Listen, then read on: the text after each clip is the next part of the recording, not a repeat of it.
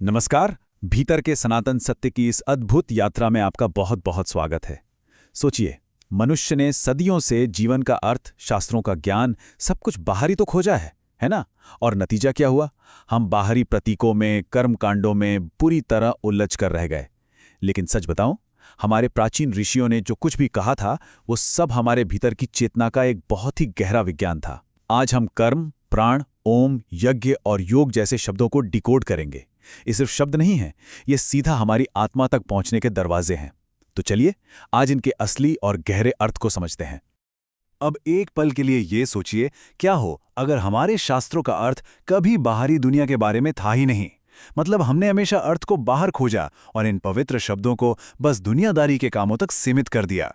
इस विश्लेषण में हम इन प्राचीन शब्दों के उस छिपे हुए मनोवैज्ञानिक अर्थ को डिकोड करने वाले हैं। आप देखेंगे कि ये सीधे तौर पर हमारी चेतना से कैसे जुड़े हुए हैं। एकदम गेम चेंजर बात है ये। तो आइए गहराई में उतरते हैं। प्राचीन ग्रंथों के हिसाब से हमारी जीवन जीने की दो ही मुख्य अवस्थाएं होती हैं। पहली है बहिर्मुख, यानी जब हमारी चेतना बाहरी दुनिया और बाहरी अनुष्ठानों में भटकती रहती है। और दूसरी है अंतर्मुख, जो पूरी तरह से चेतना का आंतरिक विज्ञान है। असली बदलाव, सच्चा रूपांतरण तब आता है जब हम बाहरी प्रतीकों से अपना ध्यान हटाकर भीतर के सत्य की ओर मुड़ते हैं। आज के हमारे इस सफर का रोड मैप कुछ इस तरह रहेगा। पहले हम प्रतीकों से भीतर की ओर चलेंगे, फिर कर्म और धर्म का सत्य समझेंगे। उसके बाद प्राण और ओम का विज्ञान, आंतरिक यज्ञ और युद्ध, वर्ण की चेतना, और आखिर में बात करेंगे योग और उस परम सत्य की। चलिए बिना देर किए शुरू करते।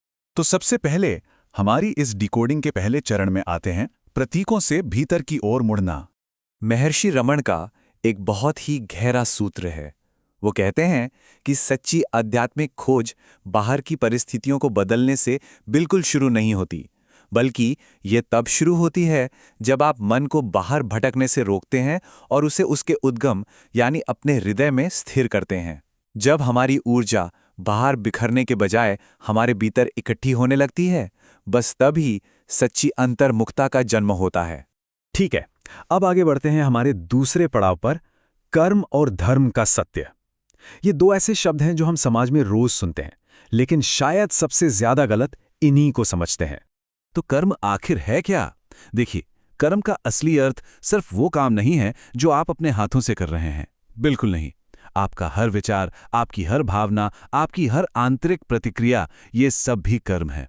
मन में अगर ईर्ष्या उठी तो वो भी कर्म है, और किसी के लिए करुणा जागी तो वो भी कर्म है। हम इंसान अपने कर्मों से पहले बाहर की दुनिया नहीं बनाते, बल्कि अपने भीतर की दुनिया बनाते हैं। जैसा आपका कर्म होगा वैसी आपकी चेतना होगी, और जैसी चेतना होगी वैसा ही जीवन होगा।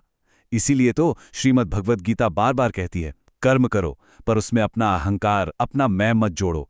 बस यही निष्काम कर्म है। और धर्म कोई मजहब या संप्रदाय नहीं है दोस्तों। धर्म का असली मतलब है स्वभाव। इसे ऐसे समझिए, अग्नि का धर्म क्या है? जलना। पानी का धर्म है बहना, और सूरज का धर्म है प्रकाश देना। बिल्कुल वैसे ही हमारी आत्मा का भी एक धर्म है, और वो है प्रेम, शांति, करुणा और सत्य। जब कोई इंसान अपने इस असली स्वभाव में जीता है ना, तभी हम कह सकते हैं कि वो वास्तव में धर्म में है। कर्म और धर्म की इस गहरी समझ के बाद आइए अब इंसान के ऊर्जा वाले स्तर को समझते हैं। बात करते हैं प्राण और ओम के विज्ञान की। हमारा जो वजूद है ना, वो कई परतों में बटा हुआ है, हमारे इस भौतिक शरीर से लेके आनंदमय कोश तक। और इसमें प्राण केवल ऑक्सीजन या श्वास नहीं है।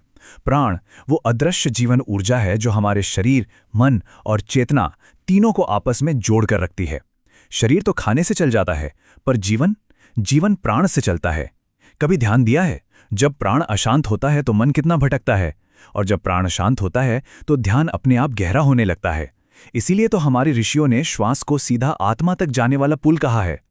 और इसी प्राण के सबसे गहरे स्तर पर गूंजता है ओम। ओम कोई ऐसा वैसा शब्द नहीं है जिसे बस बोल दिया जाए। ये पूरे अस्तित्व की मूल ध्वनि है। जब हमारी श्वास भीतर जाती है तो ध्वनि होती है सो, और जब बाहर आती है तो हाँ, ये सो अहम हमारे भीतर लगातार चल रहा है। इसका मतलब जानते हैं?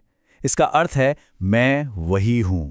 जब कोई गहरी ध्यान अवस्था में जाता है तो उसे महसूस होता है कि पूरा ब्रह्मांड एक कंपन है, एक वाइब्रेशन है, और वही आदिनाद ओम है। चलिए अब कुछ ऐसा डिकोड करते हैं जो आपको वाकई हैरान कर देगा।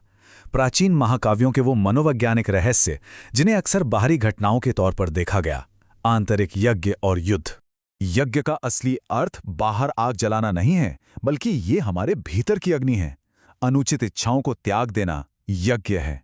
अपने गुस्से को शांति की आग में भस्म कर देना और अपने अहंकार को पूरी तरह से समर्पित कर देना, असल में यही सच्चा यज्ञ है। सच कहूं तो हमारा शरीर ही यज्ञशाला है। प्राण वो अग्नि है और हमारी जागरूकता ही असली आहुति है। जब इंसान अपने इस छोटे से मैं को परम सत्य में अर्पित कर देता है ना, सच्चा यज्ञ बस तभी होता है। और महाभारत किसी बाहर के मैदान की कहानी नहीं है। ये हमारे और आपके भीतर की स्थिति है। हमारा अपना मन ही असली कुरुक्षेत्र है। काम, क्रोध, लोभ, मोह ये सब कौरव हैं, और हमारा विवेक, हमारा धैर्य, सत्य और प्रेम ये पांडव हैं। अज्ञान और जागरण की ये लड़ाई हर दिन, हर पल हमारे भीतर चल रही है। और जब कोई साधक सत्य का साथ चुनता है तो उसके भीतर ही कृष्ण प्रकट हो जाते हैं। है ना कमाल की बात? इसी युद्ध के संदर्भ में गीता में शरीर और मन को क्षेत्र यानी एक मैदान कहा गया है। अब देखें, जो इंसान केवल अपने शरीर को ही अपना मैं समझ लेता है, वो इसी क्षेत्र में बुरी तरह फंस जाता है। लेकिन जो खुद को इन विचारों और भावनाओं से अलग एक दृष्टा या साक्षी के रूप में जान लेता है, वो क्षेत्रज्ञ बन जाता है। और यही मुक्ति की ओर पहला कदम है। हमारे इस सफर का अगला हिस्सा समाज के सबसे संवेदनशील और गलत समझे गए विषयों पर एक विशुद्ध आध्यात्मिक नजर डालता है, वर्ण और जाति की चेतना।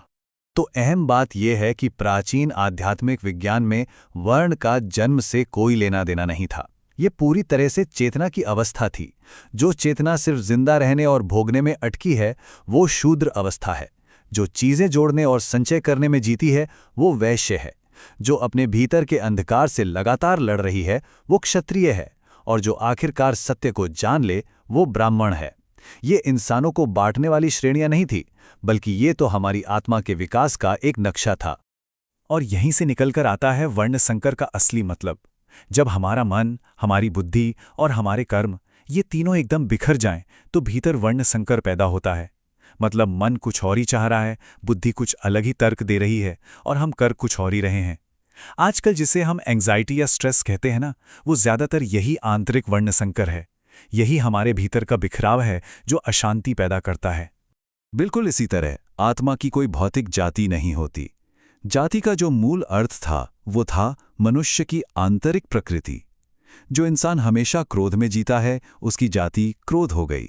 जो प्रेम में जीता है, उसकी जाति प्रेम है। जो सत्य में जीता है, उसकी जाति प्रकाश है। जन्म से पहचान बनाना तो हमने शुरू किया है, लेकिन चेतना से जो पहचान बनती है, वही ईश्वरीय सत्य है। चलिए अब हम इस विश्लेषण के सबसे दार्शनिक और खूबसूरत हिस्से की तरफ बढ़ते हैं, योग और वो परम अंतिम सत्य। हम में से बहुत लोग सोचते हैं कि योग बस शरीर को मोड़ने और स्ट्रेच करने की कसरत है, पर ऐसा नहीं है। योग का असली मतलब है जुड़ना, शरीर का प्राण के साथ जुड़ना, प्राण का चेतना के साथ जुड़ना, और आखिर में आत्मा का परमात्मा से मिलना। ऐसे ही ध्यान कोई ऐसी एक्टिविटी नहीं है जिसे आप बस कर लें। ध्यान तो होता है जब मन का सारा शोर एकदम शांत हो जाता है, तब हमारे भीतर वो साक्षी जागता है जो कहता है, मैं ये मन नहीं हूं, मैं तो बस इसे देखने वाला हूं। और यकीन मानिए, असली योग यहीं से शुरू होता है। अब जरा देखिए कि ये पूरी प्रक्रिया कैसे एक एक सीढ़ी करके ऊपर जाती है। जब आप अपनी श्वास को जानते हैं तो प्राण जागता है। प्राण जागता है तो आपका ध्यान अपने आप गहरा होने लगता है।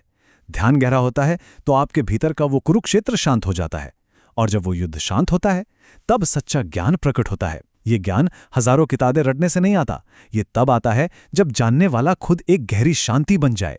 और जहां ये ज्ञान प्रकट होता है, बस वहीं सनातन का असली स्वरूप सामने आ जाता है। अब आप सोचेंगे, सनातन क्या है? सनातन किसी पंथ या रिलीजन का नाम नहीं है। सनातन का सीधा सा अर्थ है वो जो कभी नष्ट नहीं होता। जो चीज समय के साथ बदल जाए, वो सनातन हो ही नहीं सकती। इसलिए सिर्फ सत्य सनातन है, विशुद्ध प्रेम सनातन है, चेतना सनातन है, और ये आत्मा सनातन है। हम सबकी इस पूरी आंतरिक यात्रा की आखिरी मंजिल यही है। इन सभी प्राचीन प्रतीकों को डीकोड करने के बाद ये पूरा विश्लेषण हमें एक बहुत ही गहरे सवाल पर लाकर खड़ा कर देता है। जरा सोचिए, अगर हमारे ये विचार हमारी भावनाएं, ये श्वास और यहाँ तक कि हमारा शरीर, अगर ये सब महज वो बाहरी परतें हैं जिन्हें भीतर बैठा कोई साक्षी देख रहा है, तो फिर वो देखने वाला कौन है? हम वास्तव में कौन है? ये एक ऐसा सवाल है जिसे मैं आपके साथ छोड़ना चाहता हूं, क्योंकि इसके जवाब की खोज में ही जीवन की सबसे गहरी और असली शांति छिपी है। इस प्रस्तुति का हिस्सा बनने के लिए आपका बहुत बहुत धन्यवाद।